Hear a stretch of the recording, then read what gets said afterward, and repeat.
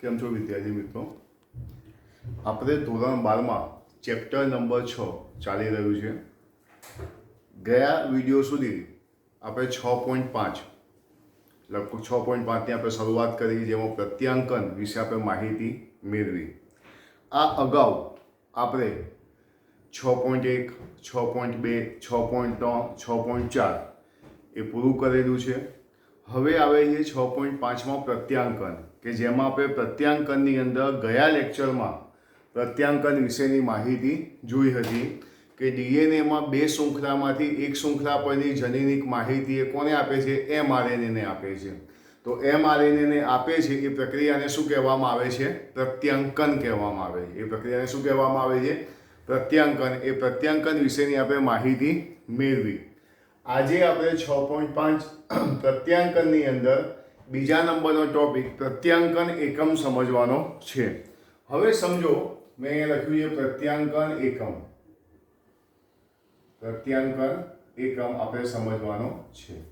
Okay, તો જો સૌથી પહેલા પ્રત્યાંકન એકમ જે છે, ડીએનએમાં પ્રત્યાંકન એકમ એટલે પ્રત્યાંકન માટેના મુખ્ય 3 ભાગો છે. ડીએનએમાં પ્રત્યાંકન માટેના મુખ્ય કેટલા ભાગો છે? 3 ભાગો છે. પહેલું છે પ્રમોટર, બીજું છે બંધારણીય જનીન અને ત્રીજું છે સમાપ્તિ. ડીએનએમાં પ્રત્યાંકન માટેના 3 ભાગો આવેલા હોય છે. ડીએનએમાં પ્રત્યાંકન માટેના 3 ભાગો આવેલા હોય છે. 1 પ્રમોટર, 2 બંધારણીય જનીન અને 3 સમાપ્તિ. ફરીથી એકવાર, પહેલું પ્રમોટર, બીજું બંધારણીય જનીન અને ત્રીજું સમાપ્તિ. તો અહીં આપણે પહેલા નંબરનો મુદ્દો પૂરો થશે કે ડીએનએમાં પ્રત્યાંકન માટેના 3 ભાગો આવેલા હોય છે: પ્રમોટર, બંધારણીય જનીન અને સમાપ્તિ. તો સૌથી પહેલા આપણે શરૂઆત કરીશું બંધારણીય જનીનથી. બંધારણીય જનીન. તો બંધારણીય જનીન એકમ, એની અંદર સૌથી પહેલી વસ્તુ કે તે ડીએનએની બેવડી શૃંખલાનો ભાગ છે. બંધારણીય જનીન એકમ શું છે? તેમાં લખ્યું છે બંધારણીય જનીન એકમ જે છે, બંધારણીય જનીન ડીએનએની બેવડી શૃંખલાનો શું છે? ભાગ છે.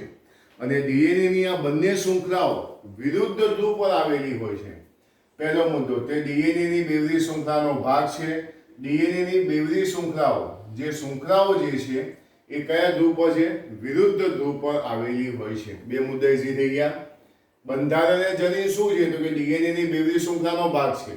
ડીએનએની શૃંખલાઓ કેવી રીતે ગોઠવાયેલી હોય છે? તો ડીએનએની શૃંખલાઓ વિરુદ્ધ ધ્રુવ પર ગોઠવાયેલી હોય છે.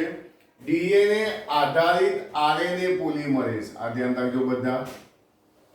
ડીએનએ આધારિત આરએનએ પોલિમરેઝ, પોલિમરાઇઝેશન એટલે બહુલીકરણ. પોલિમરાઇઝેશન એટલે શું કહેવાય? બહુલીકરણ. ડીએનએ આધારિત આરએનએ પોલિમરાઇઝેશન બહુલીકરણને એક જ દિશા 5' થી 3' તરફ ઉત્પ્રેરિત કરે છે. કઈ દિશા તરફ? 5' થી 3' તરફ શું કરે છે? ઉત્પ્રેરિત કરે છે. ડીએનએ આધારિત આરએનએ પોલિમરાઇઝેશન ને એક જ દિશા, બહુલીકરણની એક જ દિશા 5' થી 3' ની દિશામાં શું કરે છે? ઉત્પ્રેરિત કરે છે. પહેલો, બીજો અને ત્રીજો મુદ્દો. ફરીથી એકવાર, પહેલો મુદ્દો બંધારણીય જનીન એકમ. એમાં પહેલો મુદ્દો, તે ડીએનએની બેવડી શૃંખલાનો ભાગ છે. ડીએનએની શૃંખલાઓ વિરુદ્ધ ધ્રુવ પર આવેલી હોય છે. ડીએનએ આધારિત આરએનએ પોલિમરાઇઝેશનને એક જ દિશા 5' થી 3' તરફ ઉત્પ્રેરિત કરે છે. એવી શૃંખલા, સમજો, ખાસ પેટા મુદ્દો લખ્યો છે, આ ખાસ એક પેટા મુદ્દો, એવી શૃંખલા કે જેમાં ધ્રુવત્વ, એવી શૃંખલા કે જેમાં ધ્રુવત્વ 3' થી 5' તરફ હોય છે, તે ટેમ્પલેટ તરીકે કાર્ય કરે છે. માટે તેને ટેમ્પલેટ શૃંખલા કહેવામાં આવે છે. એવી શૃંખલા કે જેમાં ધ્રુવત્વ 3' થી 5' તરફ હોય છે, તે ટેમ્પલેટ તરીકે કાર્ય કરે છે. આથી તેને ટેમ્પલેટ શૃંખલા કહેવામાં આવે છે. એવી શૃંખલા કે જેમાં ધ્રુવત્વ 5' થી 3' જેવું હોય, 5' થી 3ds તરફ હોય અને જે RNA જેવી જ હોય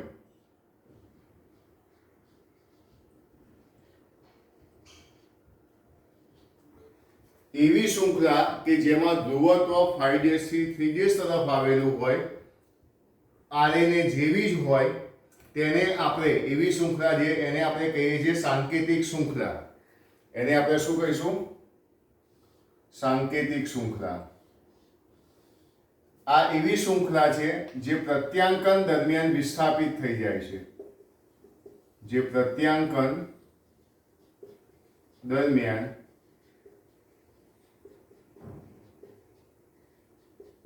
વિસ્થાપિત થાય છે. ઓકે, તો ફરીથી એકવાર બંને મુદ્દા. ડીએનએ આધારિત આરએનએ પોલિમરાઇઝેશન બહુલીકરણમાં એક જ દિશા 5ds થી 3ds તરફ ઉત્પ્રેરિત થાય છે. એવી શૃંખલા કે જેમાં ધ્રુવત્વ 3ds થી 5ds તરફ હોય તે ટેમ્પલેટ તરીકે કાર્ય કરે તેને ટેમ્પલેટ શૃંખલા કહે છે. એવી શૃંખલા કે જેમાં ધ્રુવત્વ 5ds થી 3ds તરફ હોય આરએનએ જેવી જ હોય પ્રત્યાંકન દરમિયાન વિસ્થાપિત થાય તેને આપણે સાંકેતિક શૃંખલા કહેવામાં આવે છે. સાંકેતન શૃંખલા પણ જેને આપણે કહી શકીશું. હવે આપણે એક ઉદાહરણ જોઈએ.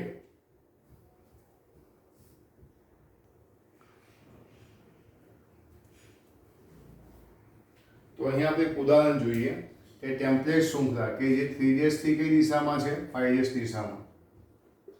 જો ત્યાં આપણે લખ્યું છે ATGC ATGC ATGC ATGC આપણે લખી શકીએ. સાંકેતિક શૃંખલા ક્યાં છે? 5ds થી 3ds તરફ. આ ટેમ્પલેટ શૃંખલા છે. હવે સાંકેતિક શૃંખલા. ચલો, A હોય તો T, T હોય તો A, A હોય તો T, T હોય તો A, G હોય તો C, C હોય તો G. થઈ ગયું? A છે તો શું લખીશું? T, T છે તો શું લખીશું? A, C, G, T, A, C, G, T, A, G અને C. તો આ થયું એનું એક ઉદાહરણ. આ બંધારણ જનીન મેં તમને કીધું ડીએનએ માં પ્રત્યાંકન કરવા માટે મુખ્ય 3 ભાગો આવેલા છે: પ્રમોટર, બંધારણીય જનીન અને સમાપ્તિ. જેમાં માહિતી આપણે કોના વિશે આપી? તો આ જે માહિતી થઈ એ બંધારણીય જનીન વિશેની માહિતી થઈ કે તે ડીએનએ ની વિવિધ શૃંખલાનો ભાગ છે. ડીએનએ ની બંને શૃંખલાઓ વિરુદ્ધ ધ્રુવ પર આવેલી હોય છે. ડીએનએ આધારિત આરએનએ પોલિમરાઇઝેશનમાં 5ds થી 3ds તરફ ઉત્પ્રેરિત થાય છે.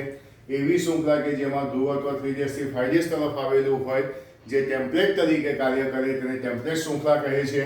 એવી શૃંખલા કે જેમાં ધ્રુવત્વ 5ds થી 3ds તરફ આવેલું હોય આરએનએ જેવી હોય પ્રત્યાંકન દરમિયાન વિસ્થાપિત થાય તેને સાંકેતિક શૃંખલા કહે છે. અને પછી આપણે એક આ ઉદાહરણ લખેલું છે ટેમ્પલેટ શૃંખલા અને સાંકેતિક શૃંખલાનું. એ પણ બધા એકવાર ખાસ ધ્યાનમાં રાખવાનું. આ થઈ ગયું એક ઉદાહરણ. તો હવે બંધારણીય જનીન પછી આપણે માહિતી લઈશું કોના વિશેની? પ્રમોટર વિશેની માહિતી. કોના વિશેની? પ્રમોટર. તો બંધારણીય જનીન એકવાર શાંતિથી જોઈ લો.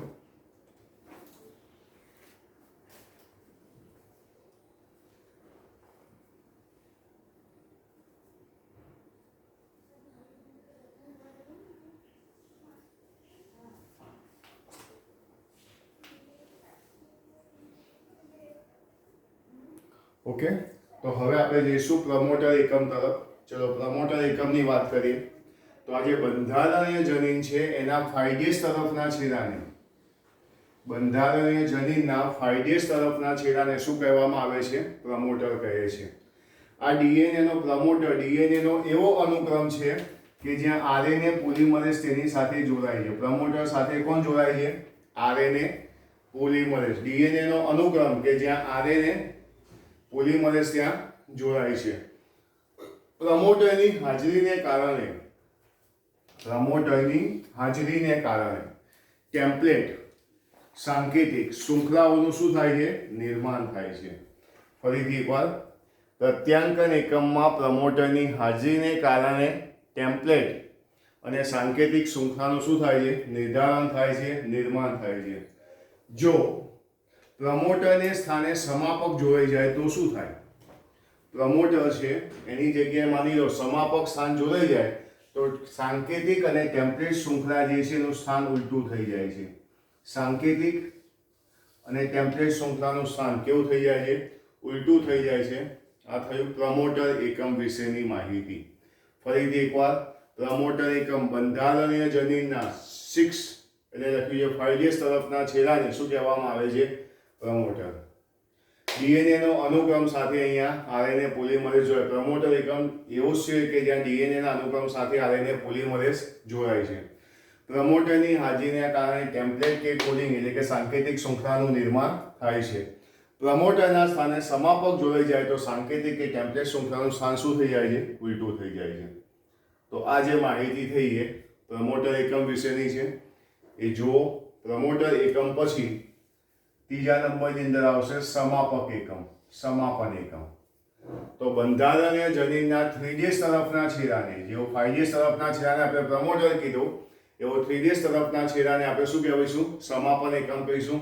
તે પ્રત્યાંકનની પ્રક્રિયાની સમાપ્તિ સૂચવે છે. આ પ્રક્રિયાની સમાપ્તિ કોણ સૂચવે છે? સમાપન એકમ સૂચવે છે. ઓકે, તો પહેલો ભાગ આપણે બંધારણ એકમ જોયો, પ્રમોટર એકમ જોયો, સમાપન એકમ જોયો. આ સિવાય તમારે અહીં એક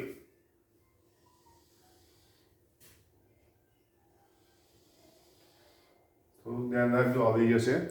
એક આપણે ફિગર્સ દોરવી પડે એવી છે, એટલે ખાસ ધ્યાન રાખજો.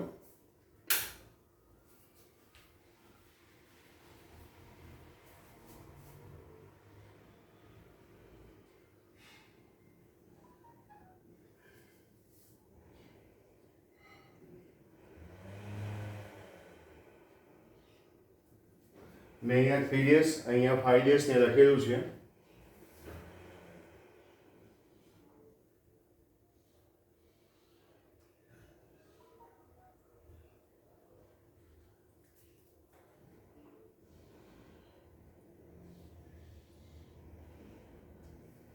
ચલો, હવે આની અંદર પ્રત્યાંકન જે છે આ 3 ભાગો છે. પ્રમોટર છે, સમાપક છે અને બીજું કયું છે?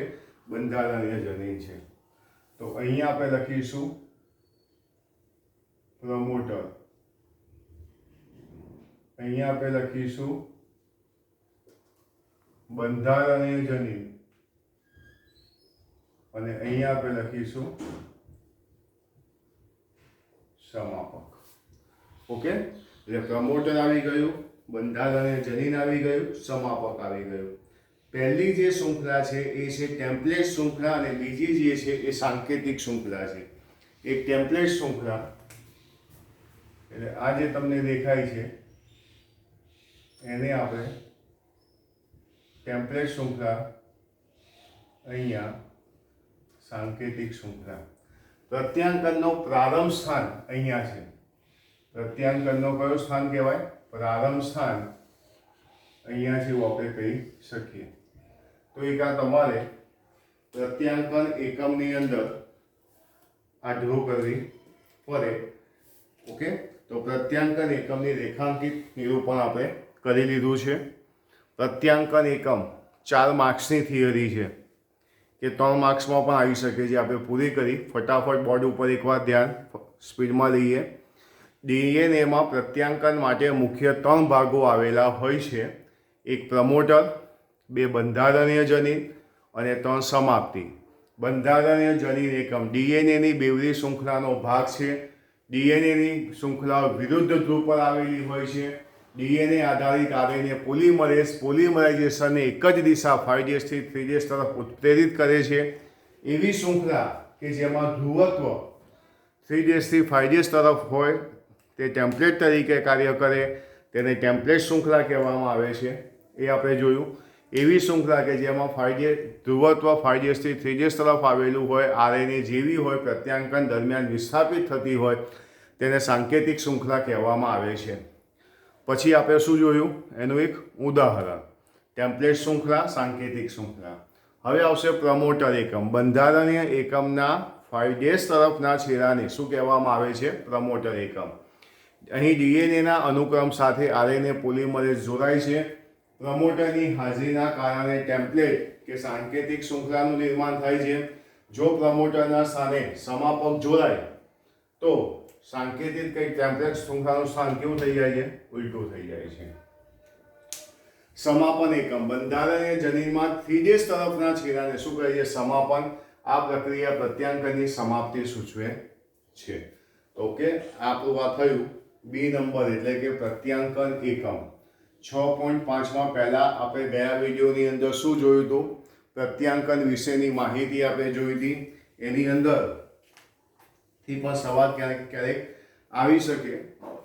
બે પ્રત્યાંકન એકમ, આ પ્રત્યાંકન એકમ 3 થી 4 માર્ક્સની થિયરી છે. 3 થી 4 માર્ક્સની થિયરીની અંદર પૂછી શકાય. ઓકે, ચલો હવે આપણે જઈ રહ્યા છીએ ખૂબ જ એક અગત્યની થિયરી કે જેનું નામ છે પ્રત્યાંકન એકમ અને જનીન. એક આ થોડી 6.5ની આઈએમપી થિયરી તો કહી શકાય કે પ્રત્યાંકન એકમ અને જનીન સમજાવો. પ્રત્યાંકન એકમ અને જનીન સમજાવો. આજે જ તૈયાર કરજો, બહુ ઇઝી થિયરી છે. પ્રત્યાંકન એકમ અને બીજું શું છે? જનીન. હવે મેં સૌથી પહેલા અહીંયા જનીન, પ્રત્યાંકન એકમના જનીન વિશે થોડી માહિતી આપણે મેળવી લેવાની કે જનીન એ આનુવંશિકતાનો એકમ છે. જનીન ડીએનએ પર સ્થાયી હોય છે. જનીન આનુવંશિકતાનો એકમ છે. જનીન ડીએનએ પર સ્થાયી હોય છે. ડીએનએનો અનુક્રમ કે જે ટીઆરએનએ અથવા આરઆરએનએનું સંકેતન કરે છે. ડીએનએનો અનુક્રમ કે જે ટીઆરએનએ અથવા આરઆરએનએનું સંકેતન કરે છે, તેના પરથી જનીનને વ્યાખ્યાયિત કરી શકાય છે. આ બાજુનું પોર્શન આખું જોવાનું, વત્તા ધ્યાન આપજો ખાસ બધા. તમને પીડીએફ આપેલી છે 6.5ની. એ 6.5ની જે પીડીએફ જે છે એ પીડીએફને પણ તમારે જોવાની, વિડીયોમાં પણ જુઓ, ટેક્સ્ટબુકમાં પણ જુઓ અને પછી તમારે લખવાનું છે. એટલે ક્યાંય પણ ભૂલ થશે નહીં. જનીન, પહેલાં આ બાજુ વસ્તુનો આખું આપણે ફરીથી એકવાર જોઈએ કે જનીન, પ્રત્યાંકન એકમ અને જનીન. તો પહેલો મુદ્દો, જનીન આનુવંશિકતાનો ક્રિયાત્મક એકમ છે. જનીન ડીએનએ પર સ્થાયી છે. જનીનને ડીએનએના અનુક્રમમાં વ્યાખ્યાયિત કરવું મુશ્કેલ છે. જનીનને ડીએનએના અનુક્રમમાં વ્યાખ્યા કરી શકાતી નથી. હવે જનીનને આપણે સમજો ખાસ વધારે તમને ખ્યાલ આવે. જનીનને ડીએનએના અનુક્રમ હોય, જનીનને ડીએનએના અનુક્રમને આધારે એની ડેફિનેશન મતલબ તેને વ્યાખ્યાયિત કરી શકાતું નથી, અઘરું છે. પણ ડીએનએનો અનુક્રમ કે જે ટીઆરએનએ અથવા આરઆરએનએનું સંકેતન કરે છે, તેના પરથી જનીનને વ્યાખ્યાયિત કરી શકાય છે. જનીનને ડીએનએના અનુક્રમ પરથી વ્યાખ્યાયિત કરી શકાય તો કે ના, પણ ડીએનએનો અનુક્રમ કે જે ટીઆરએનએ અથવા આરઆરએનએનું સંકેતન કરે છે, તેના પરથી તેને વ્યાખ્યાયિત કરી શકાય છે. તો ત્યાં સુધી બધાએ પહેલાં તો એકવાર જોઈ લેવાનું. ફરીથી એકવાર બોલું છું. જનીન આનુવંશિકતાનો ક્રિયાત્મક એકમ છે. જનીન ડીએનએ પર સ્થાયી છે. જનીનને ડીએનએના અનુક્રમમાં વ્યાખ્યાયિત કરવું મુશ્કેલ છે.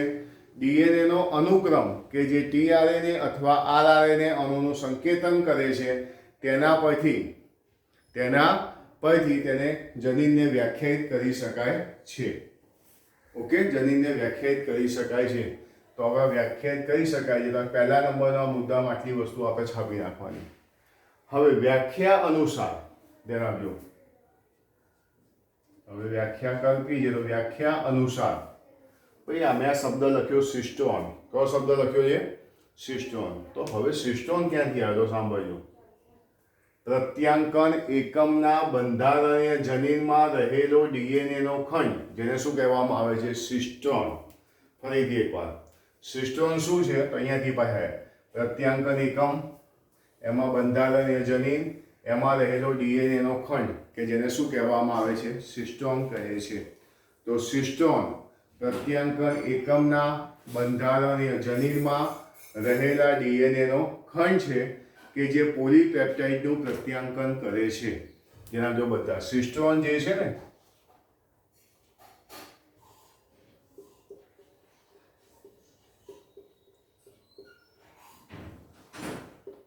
એ પોલીપેપ્ટાઇડનું પ્રત્યાંકન કરે છે. જે શું કરે છે? વ્યાખ્યા અનુસાર સિસ્ટોન શું છે?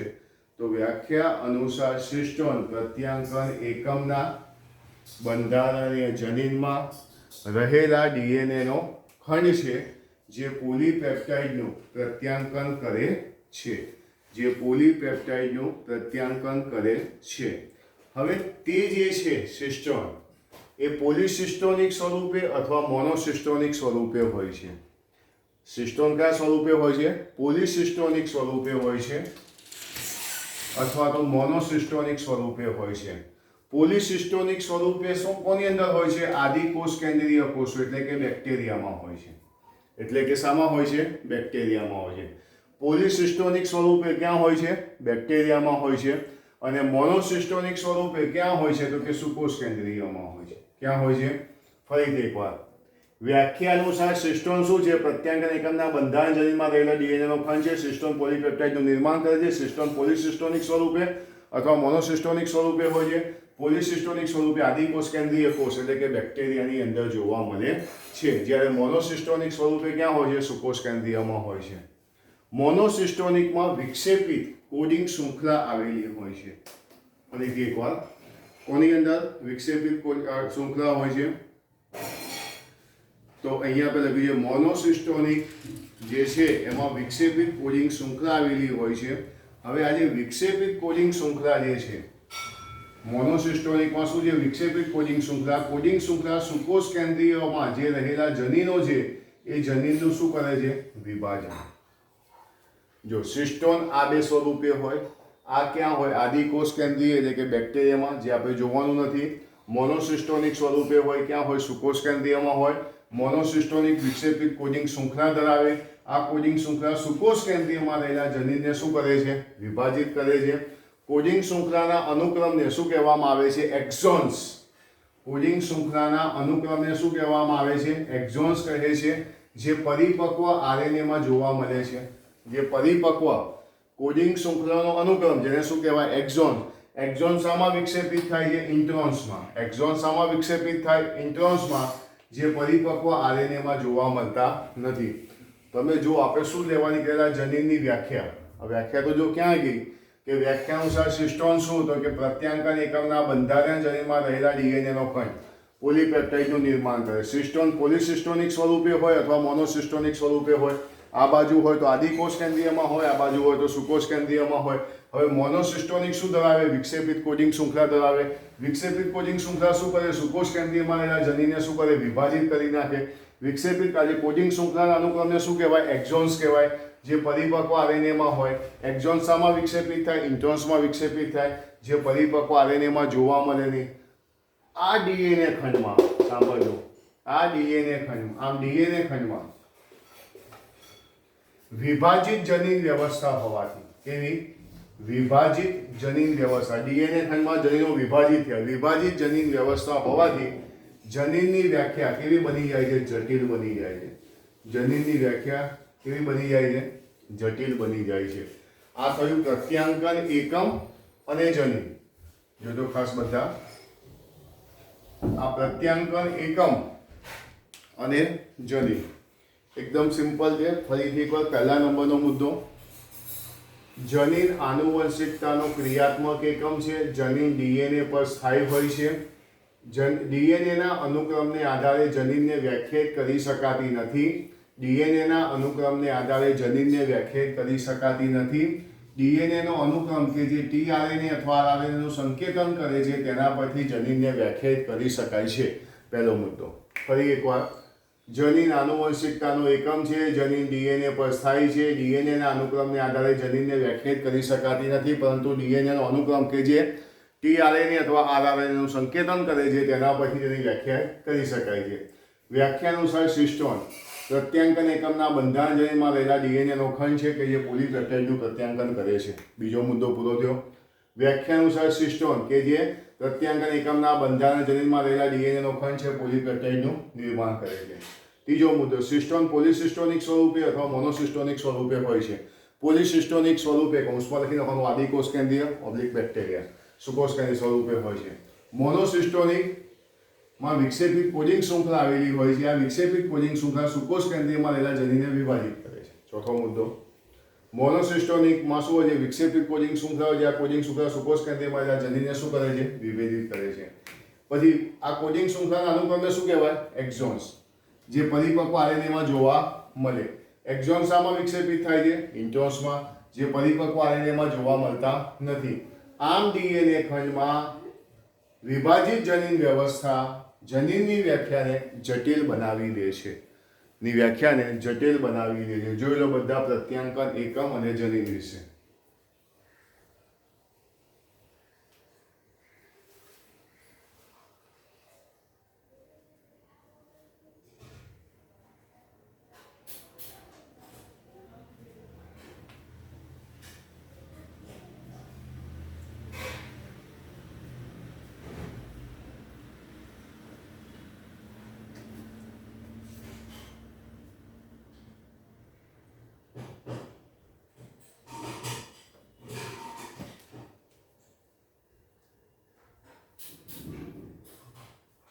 ખ્યાલ આવ્યો બધાને? બે થિયરી અત્યારે આપણે જોઈ.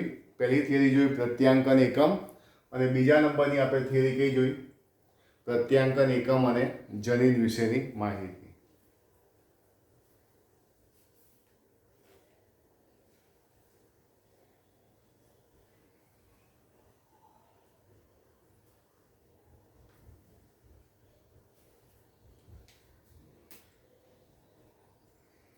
તો હજી જો આપણે થોડીક નાનકડી થિયરી જોઈ લઈએ. ડી વિભાગ, એમાં એવું લખીશું આરએનએના પ્રકારો. 2 માર્ક્સમાં પૂછી શકાય આરએનએના પ્રકારો. તો આપણે પીડીએફમાંથી પણ તમે જોજો, અહીંયા તમે ટૂંકમાં સમજાવું છું કે બેક્ટેરિયામાં આરએનએના મુખ્ય 3 પ્રકારો છે. પહેલો છે એમઆરએનએ, એટલે કે મેસેન્જર આરએનએ, એટલે કે સંદેશક આરએનએ. બીજા નંબરની અંદર આવશે ટીઆરએનએ. ટીઆરએનએ એટલે ટ્રાન્સફર આરએનએ. ટ્રાન્સફર આરએનએ એટલે કે વાહક આરએનએ.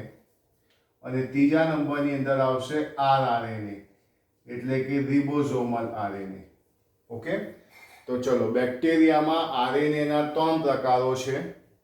પહેલું છે એમઆરએનએ, બીજું છે ટીઆરએનએ, ત્રીજું છે આરઆરએનએ. આ ત્રણેય આરએનએ ભેગા મળી પ્રોટીન સંશ્લેષણનું કાર્ય કરે છે. આ ત્રણેય આરએનએ ભેગા મળી પ્રોટીન સંશ્લેષણ, આ ત્રણેય આરએનએ ભેગા મળી કયું કાર્ય કરે છે? પ્રોટીન સંશ્લેષણનું કાર્ય કરે છે. તો આરએનએના પ્રકાર કેટલા? 3. MRNA, tRNA, rRNA. આ ત્રણેય આરએનએ કોષમાં પ્રોટીન સંશ્લેષણ માટે જવાબદાર છે. ઓકે, હવે વાત કરીએ આપણે એમઆરએનએની. એમઆરએનએ જે છે એ ટેમ્પલેટ તરીકે વર્તે છે. એમઆરએનએ જે છે એ ટેમ્પલેટ તરીકે વર્તે છે. ઓકે, ચલો, પછી બીજું નામ શું છે? ટીઆરએનએ. ટીઆરએનએ પહેલું આપણે શું લખ્યું? એમઆરએનએ. એમઆરએનએ ટેમ્પલેટ તરીકે વર્તે છે. ટીઆરએનએ એમિનો એસિડને લાવવાનું, એમિનો એસિડ ને લાવવાનું અને આનુવંશિક સંકેતોને વાંચવાનું કાર્ય કરે છે. એમિનો એસિડને લાવવાનું અને આનુવંશિક સંકેતોને વાંચવાનું કાર્ય કરે છે.